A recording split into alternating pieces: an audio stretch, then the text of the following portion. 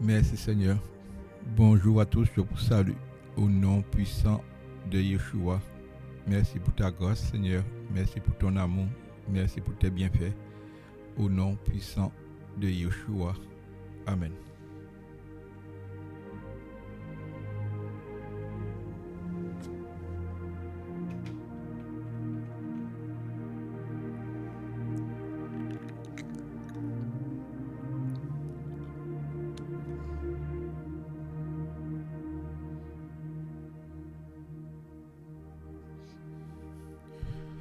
Merci Seigneur pour cette grâce que tu nous accordes d'être là en ce jour. Merci pour le souffle de vie, merci pour le mouvement élect. Que ton nom soit béni, que ton nom soit glorifié au nom puissant de Yeshua.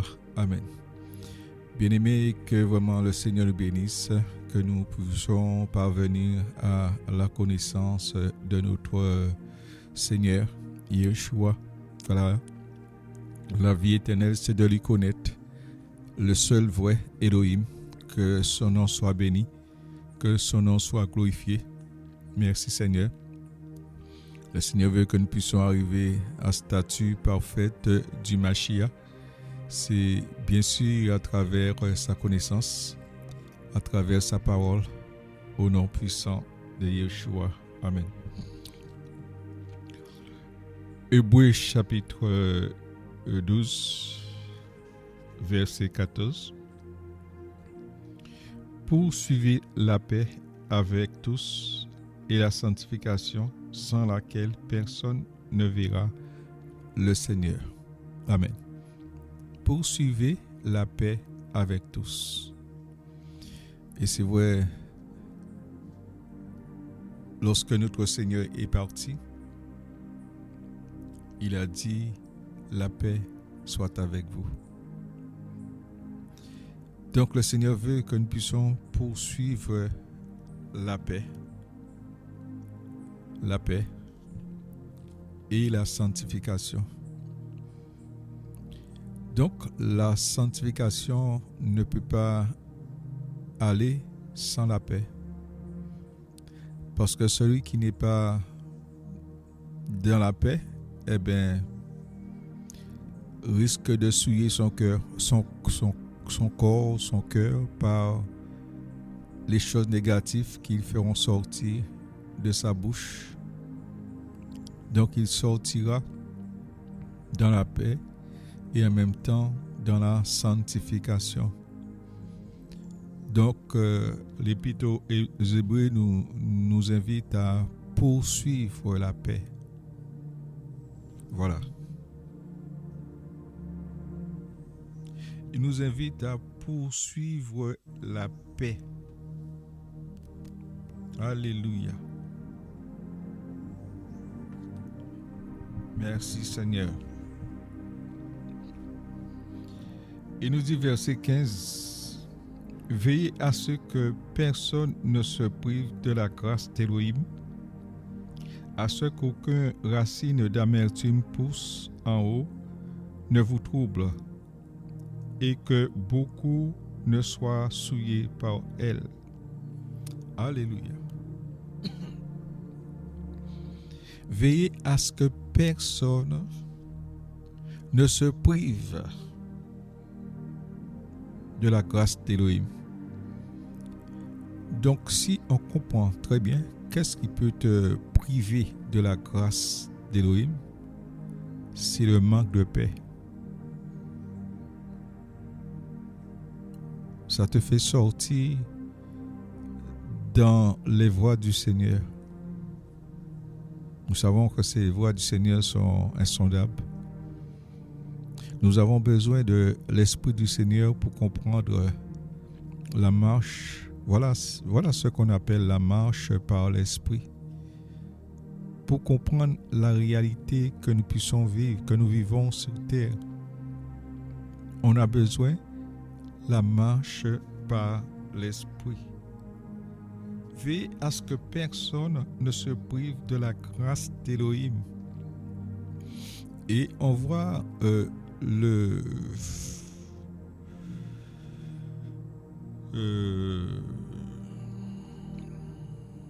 manque de paix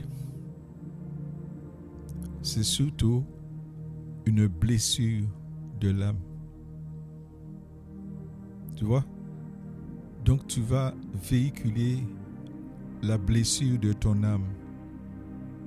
Parce que ton âme au-dedans de toi n'est pas guérie, n'est pas en paix. Alors tu vas refléter les choses qui sont au-dedans de toi. Car nous sommes qu'une enveloppe. Car Jésus dit que la chair ne sert de rien, mais c'est l'esprit qui vivifie. Vous voyez, même avant que Jésus puisse passer par rendu l'âme,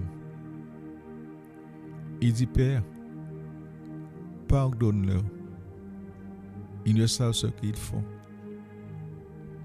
Donc, pour montrer aussi les blessures de l'âme, c'est aussi un manque de pardon. Quand tu ne libères pas ton prochain de tout ton cœur, et pourtant Jésus a enseigné sur le pardon, si vous ne vous pardonnez pas de tout votre cœur, vous ne pouvez hériter mon royaume. Le pardon, dit le Seigneur, est une puissance qui libère. Et quand on n'est pas libéré, eh bien, l'amertume vient et s'empare de l'âme, s'empare du corps. Et là, on est amertume. Et combien on peut mener une vie d'amertume, d'incompréhension, toujours à se plaindre parce qu'on est amer. Veillez à ce que personne ne se prive de la gloire d'Élohim. Vous savez, la Bible dit: faute de bois, le feu s'éteint. Il suffit que tu as quelques bois ensemble, ils sont allumés, et tu retires un bois pour le mettre à côté. Eh bien, ce bois va fumer et finira par s'éteindre petit à petit. C'est le but de l'amertume. Il te met à côté et il te tue à petit feu. L'amertume. Si ton âme n'est pas guérie, qu'est-ce que tu peux véhiculer même dans ta prédication? L'amertume. Et tu peux rendre un peuple amer. C'est pour cela que Jésus dit qu'il n'y ait pas beaucoup qui l'enseignent, parce qu'ils seront jugés plus sévèrement. Combien tu dois te garder afin de ne pas laisser l'amertume entrer dans ton âme, dans ton corps, dans ta vie, dans ton cœur. Voilà. Les mystères de l'iniquité agissent déjà. Combien on doit s'éprouver soi-même pour savoir si on est d'Élohim. Veillez à ce que personne ne se prive de la grâce d'Élohim, à ce qu'aucune racine d'amertume poussant en haut ne vous trouble, et que beaucoup ne soient souillés par elle. Oui? Et que beaucoup ne soient souillés par elle, par l'amertume, que beaucoup ne soient souillés par l'amertume. Il suffit d'avoir une seule racine d'amertume quelque part. Eh bien, ce seul peut contaminer tout un peuple. Cette racine d'amertume. C'est pourquoi nous devons avoir de l'intelligence pour connaître le véritable. C'est pourquoi nous devons éprouver les esprits pour savoir s'ils sont de Dieu. Parce que l'amertume vient avec la parole du Seigneur, mais non pas dans un but de construire, mais de détruire. Donc on voit que l'amertume est un démon. Un démon. À leurs fruits, vous le reconnaîtrez, dit le Seigneur, à leurs paroles. C'est pour cela que le Seigneur nous invite que notre douceur soit connue de tous les hommes, pour véhiculer cet esprit de douceur qui est donc le Saint-Esprit.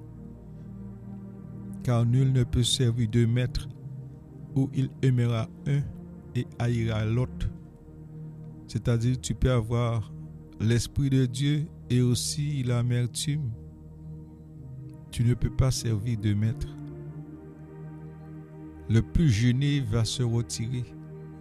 Et comme l'Esprit de Dieu n'habite pas là où est la souillure, après quelque temps d'exhortation, d'avertissement, l'Esprit peut partir. Vous voyez?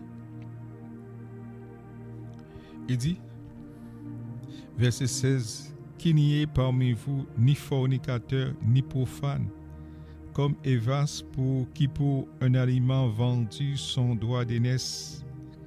Car vous savez que plus tard, désirant hériter la bénédiction, il fut rejeté, car il ne trouva pas de lieu à la repentance, quoiqu'il l'a cherché avec l'âme. Amen. L'esprit peut partir à cause de l'amertume, à cause du non-pardon. Et aujourd'hui, cet esprit fait rage aujourd'hui, dans les foyers, dans les assemblées. Le pardon n'y est pas de tout notre cœur. Et comment peux-tu être guéri de l'amertume? Eh bien, c'est par un pardon véritable. La Bible dit que le pardon est une puissance qui libère. L'amertume, amère, c'est-à-dire tes paroles sont amères à l'âme de celui qui t'entend, amères à ton propre âme aussi. L'amertume. Mes amis, comment Paul dit, il nous a fiancés avec le Mashiach comme une vierge pure. Et le Seigneur nous invite à laver notre robe, car il attend une église sans tache ni rien de semblable. L'amertume peut vraiment aveugler nos yeux pour que nous ne puissions pas voir notre état. Et le grand mal aujourd'hui, c'est que on veut retirer la poutre qui est dans l'œil, la paille, dis-je, pardonnez-moi. On veut retirer la paille qui est dans l'œil du frère. Mais on ne voit pas notre amertume qui est comme une poutre couchée à notre intérieur. L'amertume. Est-ce que ton exhortation pousse au peuple dans l'amour, à aimer Dieu, à s'attacher à Dieu, ou bien à haïr les uns les autres? Voyez l'enseignement de l'amertume, il vient pour nous haïr, faire haïr les uns les autres. L'amertume, amer. Donc ce qui est amer n'est pas doux à notre palais. Voilà. L'amertume. L'amertume qui pousse souvent à blasphémer contre l'Esprit de Dieu. Parce qu'on est amer. L'amertume qui te fait passer pour quelqu'un très orgueilleux, La Bible dit que le voleur ne vient que pour dérober, égorger et détruire. Mais moi, Jésus, Yeshua, je suis venu afin que mes brebis soient dans l'abondance et qu'ils aient la vie éternelle. Alléluia. Poursuivez la paix, car il ne faut pas qu'un serviteur du Seigneur ait des querelles. Qu'est-ce qui pousse un serviteur à avoir des querelles? C'est l'amertume. Son message divise, sépare, mais pas dans le bon terme.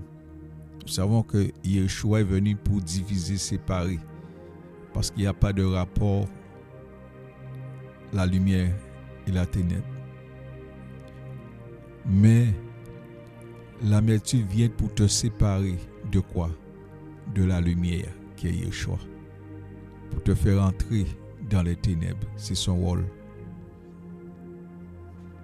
C'est pourquoi nous devons veiller à notre enseignement. Veiller. Car l'adversaire, le diable, rôde comme un lion rugissant, cherchant qui dévorera. Donc, le manque de pardon, celui qui ne pardonne pas de tout son cœur à son prochain, est livré au goût. Souvent, quand quelqu'un donne un conseil à quelqu'un et cette personne n'obéit pas, on devient amer et on ne lui pardonne pas parce que l'amertume, en quelque sorte, est couchée à l'intérieur du cœur, de l'âme, les blessures de l'âme. C'est pourquoi Jésus vient afin de nous écraser, de nous briser, pour enlever l'amertume, comme Jérémie, où le Seigneur lui dit: descends, c'est le potier, je t'enseignerai. Jésus veut faire de ses enfants une nouvelle pâte. Il veut déposer un vin nouveau en nous, pourvu que nous laissons le Seigneur puisse faire son œuvre dans nos vies. Au nom de Yeshua.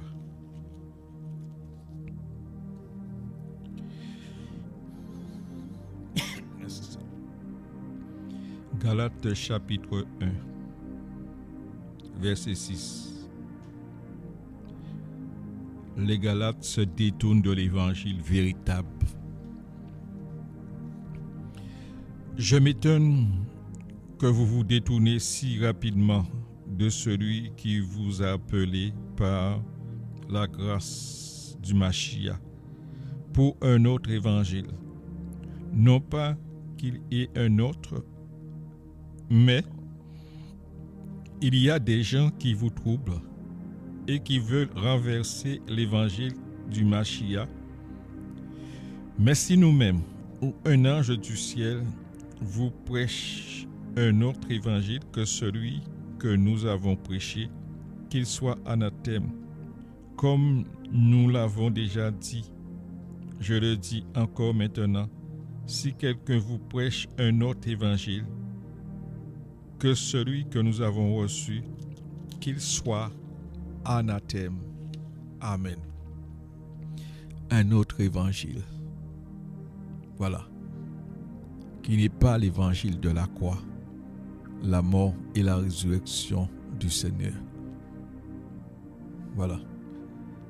Eh bien, tous ceux qui se lèvent contre l'évangile du royaume, eh bien, ils sont dans un fiel amer, l'amertume. Un zèle amer, l'amertume.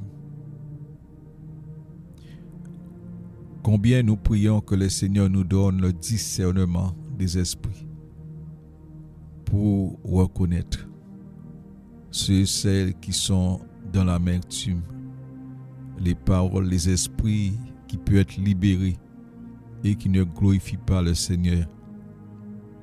Les Béréens examinaient tout ce qu'on leur enseignait. Donc nous voyons l'importance de cette relation intime avec le Seigneur. Que nous ne puissions pas négliger notre communion avec le Seigneur de chaque jour. Chaque jour, on doit être connecté 24 heures sur 24. Le but de l'amertume, c'est aussi de voler ton temps. Le temps que tu pourrais passer dans l'exhortation, dans la parole du Seigneur. L'amertume vient pour te faire perdre du temps. Or, la Bible dit racheter le temps, car les jours sont mauvaises. L'amertume aime beaucoup critiquer, murmurer. L'amertume aime beaucoup enseigner le vieux levain. Or, le Seigneur nous demande de faire disparaître le vieux levain. Comment faire disparaître le vieux levain? C'est par la repentance, la conversion. Voilà. Pour que Jésus puisse nous pardonner de nos vieux levains. Voilà. Pour que nous soyons une pâte nouvelle. Car la Bible nous dit dans 2 Corinthiens 5, 17, car si quelqu'un est en Christ, il est une nouvelle créature, les choses anciennes sont passées et toutes choses sont redevenues nouvelles. Voilà, une nouvelle créature, nouvelle vision des choses. L'amertume, il faut se veiller, mes amis, car Satan cherche qui dévorer. Oh oui, il peut venir par l'amertume. Il peut te rendre amer, à te révolter contre le Christ. Voyez? Jésus demande de ne pas ôter un iota dans sa parole, de ne pas ajouter. Mais l'amertume peut te faire ôter un iota, ajouter un iota. Parce qu'on est amer, on est devenu raisonneur de la parole d'Élohim. L'amertume. Et un foyer qui est amer, n'amène pas la guérison dans sa maison. Il fait qu'un foyer révolté, des enfants révoltés, un mari révolté, une femme révoltée. Et la Bible nous dit, une maison divisée contre elle-même ne peut subsister. L'amertume fait du dégât. C'est pourquoi le médicament que nous avons besoin pour nous débarrasser, pour être guéris de l'amertume, c'est le pardon selon le Seigneur. Que le nom du Seigneur soit béni. Que le nom du Seigneur soit glorifié. L'amertume te fait sortir dans la voie du Seigneur. Je m'étonne que vous détournez rapidement de celui qui vous a appelé par sa grâce du Mashiach pour passer à un autre évangile. Non pas qu'il y a un autre évangile, mais qu'il y a des gens qui vous troublent. Ce sont des gens amers, ce sont des racines d'amertume. Ils sont là pour vous troubler.